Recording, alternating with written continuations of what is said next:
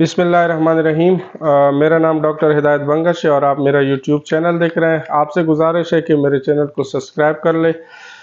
आज बात करते हैं, एक रोमानिया का इंटरव्यू हुआ है तो उसकी मैं आपको डिटेल देता चलूं कि ये इंटरव्यू कैसे हुआ है। बाज़ लोगों को इंटरव्यू का आइडिया भी आपको हो जाएगा और वो क्या क्या सवाल पूछ सकते हैं इंटरव्यू में। तो रोमानिया इंटरव्यू जब हुआ, वो बंदे ने मुझे सारी डिटेल बताई है, एग्जैक्ट मैं आपको वो बताता हूँ। उसने कहा, जब मैं अंदर गया तो उन्होंने पहले हेलो हाय हुई है, तो हेलो हाय के बाद उसने डॉक्यूमेंट्स मांगे तो मैंने डॉक्यूमेंट दिए।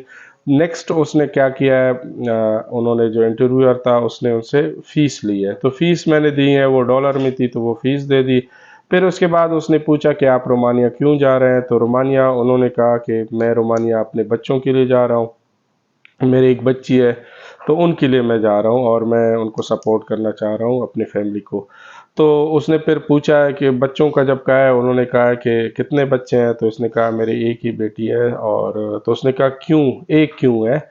तो उसने कहा कि अभी मेरे 2 साल हो गए हैं तो शादी हुए हैं, तो इसलिए एक है। तो उसने आगे से उनको गुड कहा है कि ठीक है।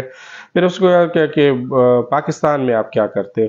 तो ये याद रखिए, पाकिस्तान में उन्होंने क्या किया था, तो ये इंटरव्यू को उन्होंने ये दिया था कि क्योंकि ये यहाँ पे जो वहाँ पे रोमानिया में इनकी जो जॉब थी, उस हिसाब से इसने जवाब दिया कि मैं यहाँ पे ये टेलर का काम करता हूँ।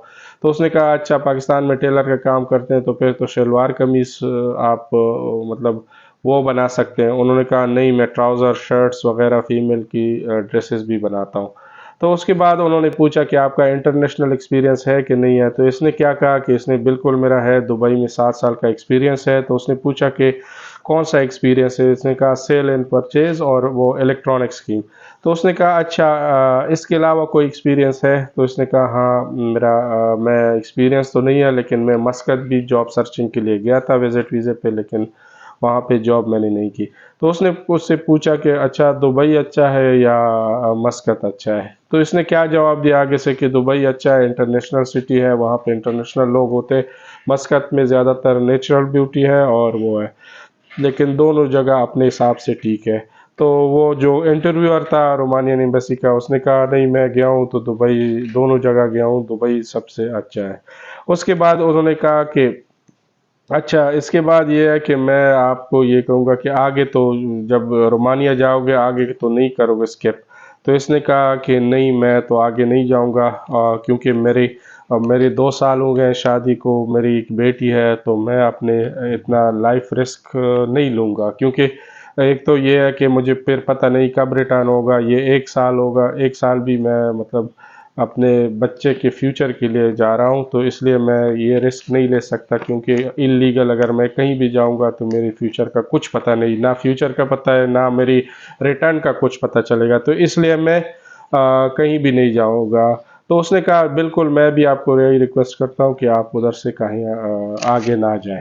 तो इसने कहा नहीं, बिल्कुल ये होगा।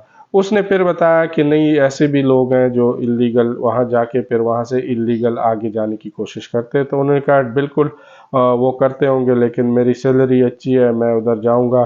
तो फिर उसके बाद रोमानिया जाऊँगा तो मेरे लिए काफ़ी है। तो उसके बाद उसने पूछा अच्छा, आपकी सैलरी कितनी है? तो इसने कहा है कि मेरी सैलरी बताई है। तो सैलरी उसने कैलकुलेशन करके के कहा कि आपको $300 बचेगा, तो क्या इससे गुजारा हो जाएगा? उसने कहा नहीं, 300 नहीं। फिर इसने कहा नहीं, अकोमोडेशन और फूड जो है वो देते हैं, कंपनी देती है। तो उसने उसके बाद कहा है कि चलो 300 नहीं, $400 बच जाएंगे। तो उसने कहा बिल्कुल, पाकिस्तान में मैं जो पैसे कमाते हूँ ये उससे 3 से 4 गुना ज़्यादा है। तो ये 3 से 4 गुना ज़्यादा मेरे लिए काफ़ी है यहाँ पे फैमिली को सपोर्ट करने के लिए। उसके बाद उसने कहा बिल्कुल, ये आपको जो पता है कि ये आपके 8 आवर्स और 5 डेज़ पर वीक की सैलरी है। अगर आप मेहनत करोगे, एक्स्ट्रा टाइम करोगे तो शायद आप और भी कमा सकते हो। तो इसलिए ये चीज़ें हैं।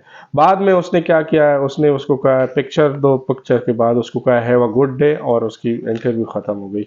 तो बेसिकली आपको मैं ये इंटरव्यू था जो उसने दिया है, बेसिकली इसके बताने का मकसद ये था कि आप जब भी इंटरव्यू के लिए जाएं तो इंटरव्यू में आपको पहले तो ये है कि जो आपकी वहाँ पे जॉब है उसके मुतालिक आप एक्सपीरियंस कोई भी हो तो वो बनाएं। यहाँ पे कोई सर्टिफिकेट वगैरह बना ले और उसके मुताबिक मालूमात ले कि भाई मेरा ये एक्सपीरियंस है, ताकि आप प्रूव कर सके कि मैं वहाँ जा रहा हूँ तो मेरा एक्सपीरियंस है यहाँ पे।